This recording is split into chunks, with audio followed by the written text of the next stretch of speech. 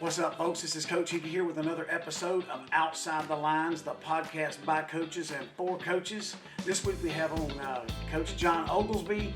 He's been at Temple High School, coached football at Douglas County High School, Alexander High School, has a son that played quarterback at South Paulding. He's been around a while. He's retired now, but he's got some insights, some cool stories for us here this week. So let's just dive right in and see what Coach has to say. But it just hit me that that's where this direction I wanted to go. So I went over there as defensive coordinator, and then Eddie ends up leaving, and I become head coach for 4 years there. And we tried to keep improving upon the program there, and it was so small. It had to be one of the smallest schools in the state at that time with football, and then eventually, my neighbor who lived across the street, Chuck Bloodworth, was teaching and coaching at Douglas County High School. And that led me to Douglas County. And I was there, I was totally there for 15 years, and the last 5 as head coach after Phil Williams retired. So, And then you went to. then I went, and then You ain't done yet, no, because no, I didn't know you then. you still didn't know me. And Mm. then I went to the rival school in the county, Alexander, and and that was like one of the most peaceful. It's what my soul needed at that time, Mm. and that's where I met you, Mike Yates, and all the other people that were so good to me at Alexander. Not that the people at Douglas County to me too. They were awesome. So, but and then I. I was there a total of 4 years. 3 of them, I coached the secondary. I coached the safeties, and at some point, when my son got to be a senior in high school at South Paulding, I didn't want to miss his games, so I stepped back from varsity and just did freshman. Matt Combs allowed me to do that, and so I may have my years mixed up. It's either the 4th year or the 3rd year I was there. I did that, and then after 4 years, I hit 30 years, and the only way I could get a pay raise was to retire. I want to go back because you mentioned earlier about Greg had way back at the beginning that he had started coaching. Hmm. So that's the big brother. He's older, right? Yeah. He is older. Yep. Yeah. I mean, he may not look older, but he is older. Yep. Yeah. No. I talked to him the other day for just a little bit texting, but so he started coaching. I mean, what did he play ball in college? He did. Like I said, back then colleges had JV and freshman teams, and he weighed about 140, 150 pounds or something like that, real small. He walked on at Georgia. Are you serious? Yes, Wow. yes, and he's got they had a freshman team, they had a scout team, and when somebody on the scout team got hurt, they would bring somebody up from the freshman team, and so his claim to fame was the tight end. He got brought up to play tight end. He weighed 150, That's and funny. and he was going against the starter, whoever it was at that time. This is 1976, and and that guy just hit him, knock him down, hit him. But Greg, he kept going. He persevered through it, and Georgia beat Alabama that week. Wow. Then Yeah. next week they sent him back. Sent him back down, but he got to prep the team for Alabama. Yeah. When you get into coaching, I had this thought this week. When you get into coaching, you want to win ball games, right? But at some point, you begin to realize. For me, it was probably after the first 20 losses. you begin to realize that what you're doing is not what I thought it was going to be. Right. But I still love doing it. Right. Right. Right. Well, you should, always strive to win, obviously, but you just want to make the team the best version of the team that they can be, if that makes sense. Yeah. And keep striving to get better and stuff. But you also got the individual relationships and stuff that you develop with with the players and students too that you teach, and that's as the years have gone by, you really look back and cherish some of those relationships. Yeah. The relationships are the heart and soul of it, right? They're the foundation of it. Why did you leave Temple? Let me just put Well, it like that. it, I ain't gonna lie, I got discouraged because I was doing spring practice and I look out there and I got 14 players. Yeah. In the previous year, we had we had really 12 players that played at that time, and the quarterback would be the only one to come off, and whoever it was that went on. Uh, um, well, sometimes he didn't come off. He played defense too. So That's crazy. and I think just as much of those guys from back then as I do some of the teams that I played that I coached with on that won a lot of games. Just because they were warriors. You know. Man, that's see, that's the piece that I want this podcast to reach. That is really the truth because that's my life, man. I mean, there's about of coach. My coaching life has been the realization of what coaching really is, and it's not anything about. It is about winning a game, and like you said, you get discouraged, and that's the thing. But time helps that because of the relationships, just like like you said, man. But at the same time, those kids in the middle of, they have no chance in the world to win the ball game, Right. Believe me. but they do it anyway. Yeah. Yeah. Yeah. So I those are when you look out there and you see their commitment or their desire, um, that's what keeps you going as a coach sometimes. Yeah. So, Can you remember any of those specific kids back then? oh You just mentioned. Yeah, go ahead. yeah, I can remember them. They're 165-pound guards going against 225, 230, 50 pounders. Oh yeah, and the sun just come off the ball. Bless your heart. Man, oh You wow. can do it. You can do it. And there's been times that, of course, it might not have been me. It might have been another coach. Um, like we'd have a lineman going against, and this is at Douglas County. This mine's coming to this thought. We're playing Pebblebrook, and this one guy, he's getting beat, just getting just every play almost, and he's crying at halftime. And Buddy Mm. Walters, you keep doing what you're doing. You keep fighting, keep fighting. Well, second half, those other guys were getting tired. He just kept going. We busted some runs and we ended up winning the game. Oh, that's nuts. Yeah. So, Nuts, man. That's a that's a that's a great story.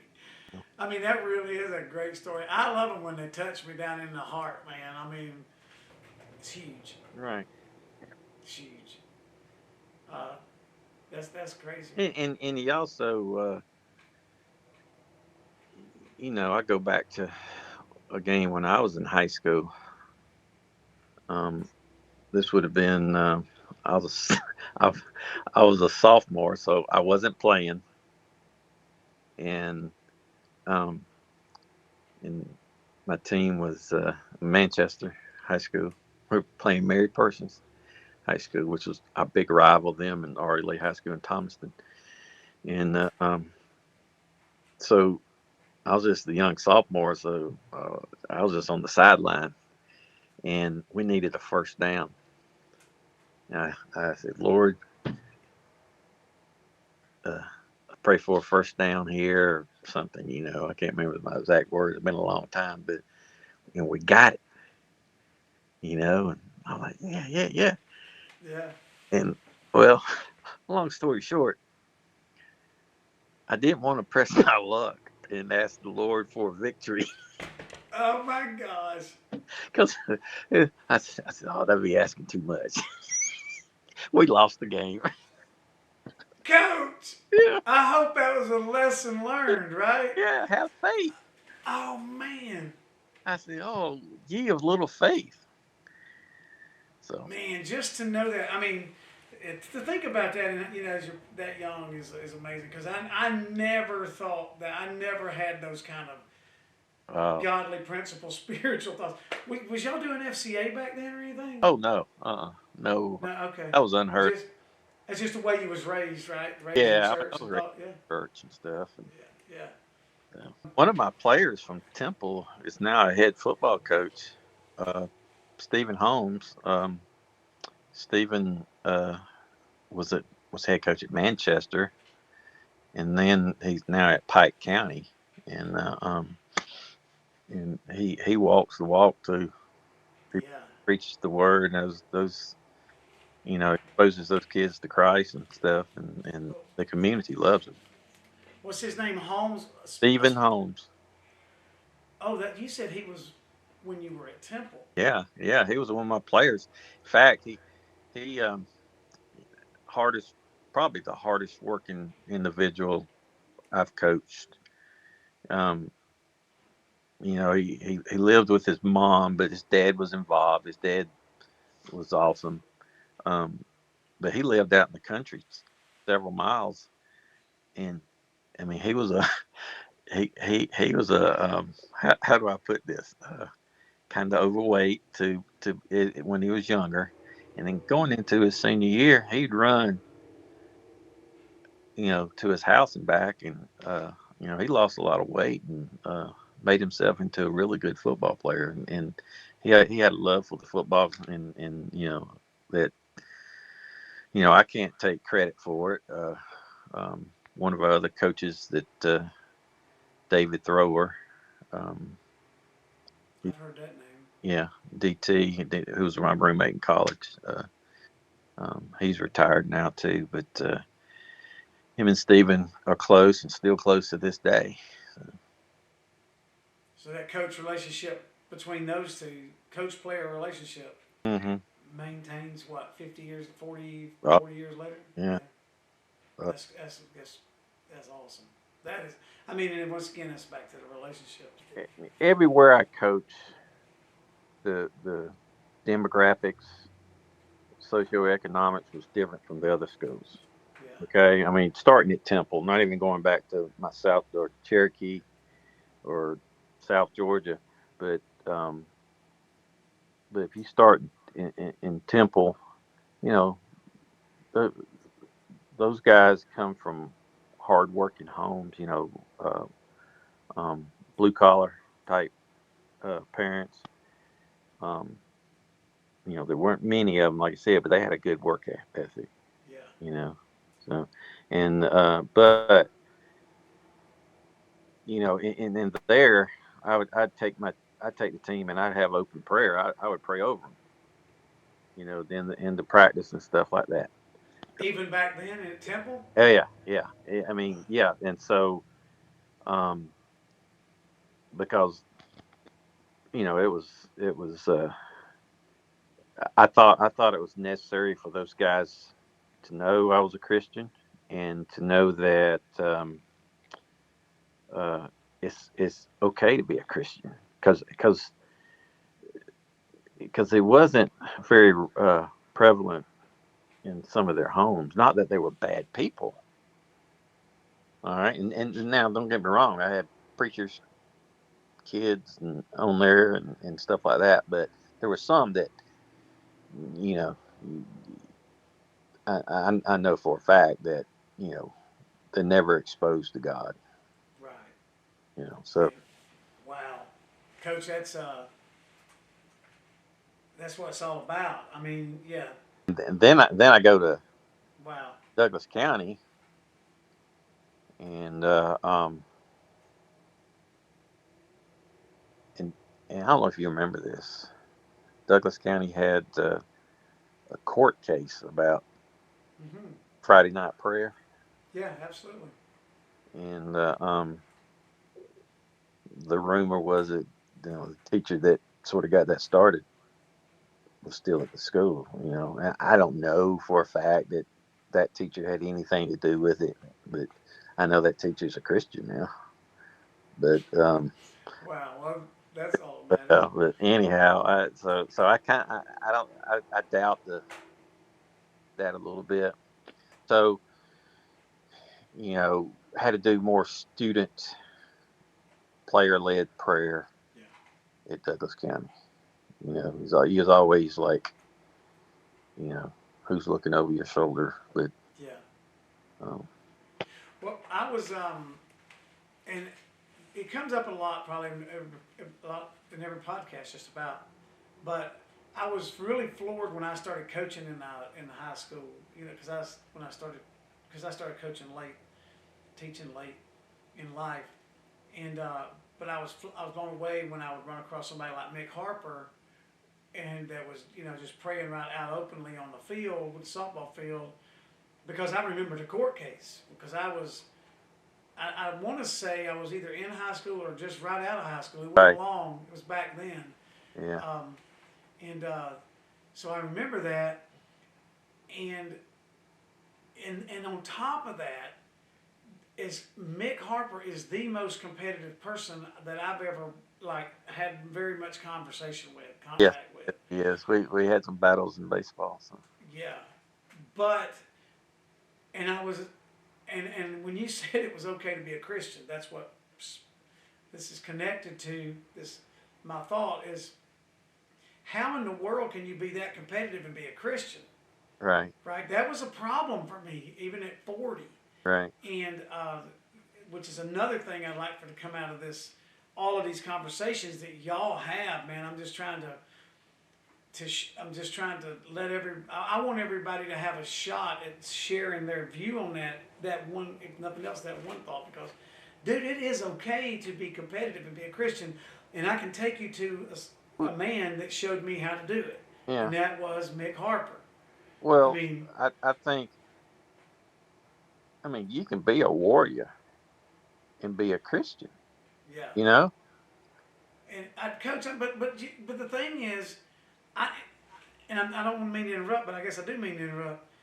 I wonder how many people are out there that don't that don't equate the two. well, yeah, you know, there may be some, but I think for the most part, you know, with social media and everything, you can see the goods. Now, you know, I see it on the high school level, the coaches being models of Christ, if Mm-hmm. I put it that way. On the college level, not as much, but I know, but the players are getting preached to in college more so than high school, but you just don't see it because it's on TV, and Wow. it's not, excuse me, illegal, because they are of age to make the right decision. At least I don't think it's illegal. Yeah. No, I had never thought about that. I mean, I would probably, uh, I could probably. I mean, I could see that. So if you take that thought for a minute, if that's happening, then that means like Dabo Sweeney. I mean, that just one that comes to my brain. I know that does. I like Mark Rick was pretty Mark, open Mark, about it. Mark wore his faith on his sleeves. It's still, Yeah, he's great, great Christian. yeah, yeah. And so, and you know they're winning like that. I don't know how these other, but the principles of the Word of God allow for success. They lead us to success. Coach, I didn't know that when I was that. I didn't know that. I didn't understand. I thought it was telling me I was an idiot. I thought it was telling me I was a sinner. I didn't know it was trying to lead me to success. Yeah. Well, I also look at it as it's the will of God, win or lose. You know, There you go. it's what happens has happens. If you're in the Word of God and and whatever happens in your life, don't have to be coaching. Right. You take that and apply it to your, to God's Word, and you learn from it and use it to glorify God.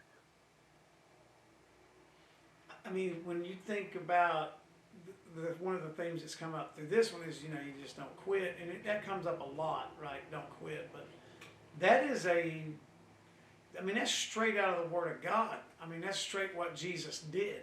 He didn't quit, Oh no, and so you take those kind of examples from the Word and you can have success with it. And I like what you said. It's the will of God, win or lose. Chris Brown brought that up to me one night. I need to get him on here when I was helping him with the baseball team. Um, but which explains a little bit of the definition of success. When I say that it'll lead you to success, it will because in my world, because the success is in the journey. It's not in the destination, and I can enjoy the journey. And David Mills tried to teach me that, but I wouldn't listen when I was over at Lithia with the softball team. right, And if I'd have listened, I'd probably still be at Lithia Springs. right. But I couldn't hear him. Yeah, one of my first lessons as an athlete, again going back to high school, I guess going back to, yeah, it was my senior. Um, like I said, we had two rivals. One was Mary Persons High School. One was Ari Lee High School, who's now Upson Lee. They've merged back together. Um, and I remember Mary Persons going in, and I'm thinking, can we beat them? And they beat us like 9-0. They went on to win state championship that year. We had a good team, and back then only was you're subdivided in the regions and stuff like that, and only top two teams go. And so we're playing Ari Lee the next to last game, and I knew we was going to win. Well, we lost 14-13, and but what I took from that, you're not a loser because you went on that field knowing you could win even though you didn't win. Mm. And so I've always kept that. You talking about those kids in Temple. You know, we go. They thought they were going to win every game. You know, we didn't. We lost the majority of them. But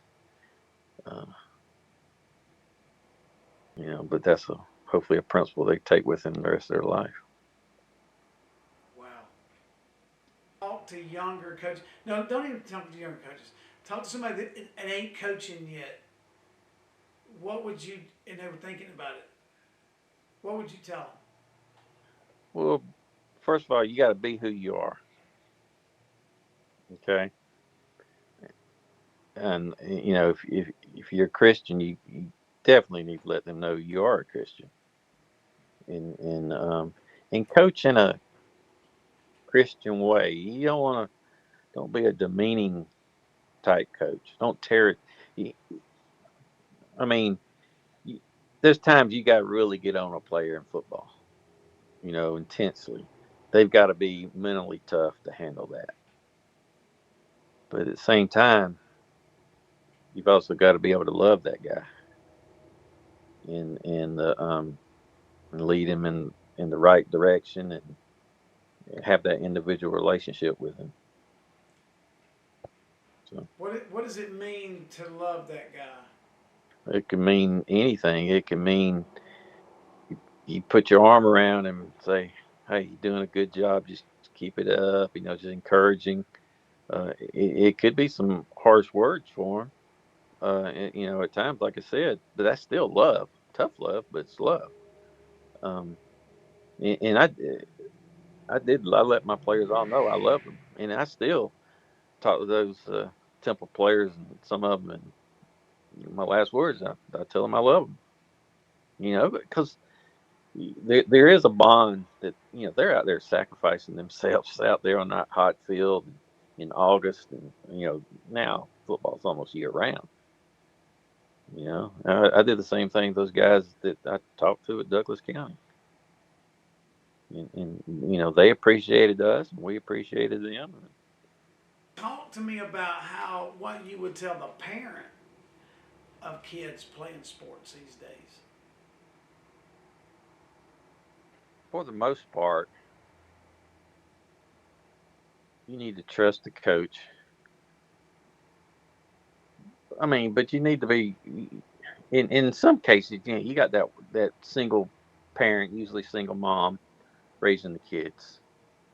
Okay, and they have no choice but to trust that coach. They may not like some of the options that happen, all, but for the most part, the mamas that I dealt with at Douglas County, um, that's what jumps to mind. They were awesome people. And they raised awesome guys who were very successful out in the world. You know, they're well up in their 30s now. Um, so I think trust the coach, but at the same time support your player, your son, your daughter. You know, and have the have that player, son or daughter, that to communicate with the coach, not the parent communicating. You know, I don't know. I'm sure you've dealt with that. I mean, why isn't that player coming and talking to me? They've got to learn how to interact in the world. Yeah, that may be one of the clearest pieces of advice to give a parent of an athlete. Talk to the coach. Yeah, Well, Jake, my youngest, one regret I had coaching football was I missed a lot of my daughter's softball, but I knew who her coach was. absolutely. Yeah, amen. So I knew she was in good hands with her mama coaching her. So Jake got to be a senior. Like I said, I took a step back at Alexander and just coached freshman football that year. And I think it was year 3 for me. Then I came back to the varsity level the next year. Now that I think about it, everything runs together. But I know one thing: it's a lot harder being quarterback's parent than it is being a coach on that field. Because I was so nervous every game. It was crazy. But it was so satisfying to see his everything because he played. He didn't start till his senior year, and he played JV sophomore and junior year. And then it was like all those guys graduated. They had no choice but to trust him. And he had good coaches, and he had a great senior year. So really enjoyable. We want to have that kid as, and this is probably most parents want to have that kid that does better than us, and then goes on and starts for 4 years, right? But Right, right. but there's I'm not sure if that's the most valuable thing, rather than to tough it out for 3 years, start your fourth year, Right. and you take that into life with you. Right. And Uh, also, it's it's um it's not all about getting that scholarship football. right. Yeah. And I'm thinking football, but that's any sport. You know, just you playing for the love of the game. Mm-hmm. That's the players I want to coach. You know, and whether they go somewhere the next 4 years afterwards, or 5 years, and now 6 or 7 years, but or not. You know,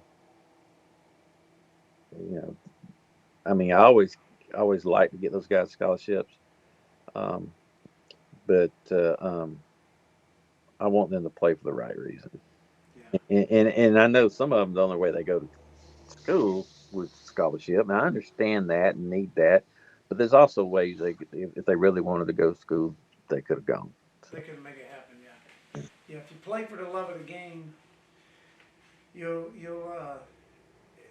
the journey is enjoyable. You'll find out that the journey is enjoyable. I think that's a big deal. I think that's anything in life. If you can, whatever you're doing, if you can love to do it while you're doing it instead of the outcome you're some outcome that you're trying to reach, I think it's way better. You got anything you want to leave anybody with? Well, the one thing I was going to just tell you, you're talking about God talks to you. Well, He has. He, so last year, struggling with whatever the issue was, something insignificant probably. Um, anyway, asked God, how can I stop doing this? You know, how can I stop? You know, whatever it was, eating or something stupid. But and as clear as day, as you say, He talks to me. He says, "Stay in the Word. Mm, Stay and get in that Bible and study it." And so since then, I've gone down all these rabbit holes. And know what they say, uh, that just lead me from one thing to another, and stuff. So stay in the Word. stay in the word. I mean, there ain't a better ending to nothing Yeah. than that. Yeah, because it's in that. That's the greatest. I think that's the greatest physical gift on the planet, other than maybe my wife. I don't know how to balance all that out, but I'm amazed that God gave us a book.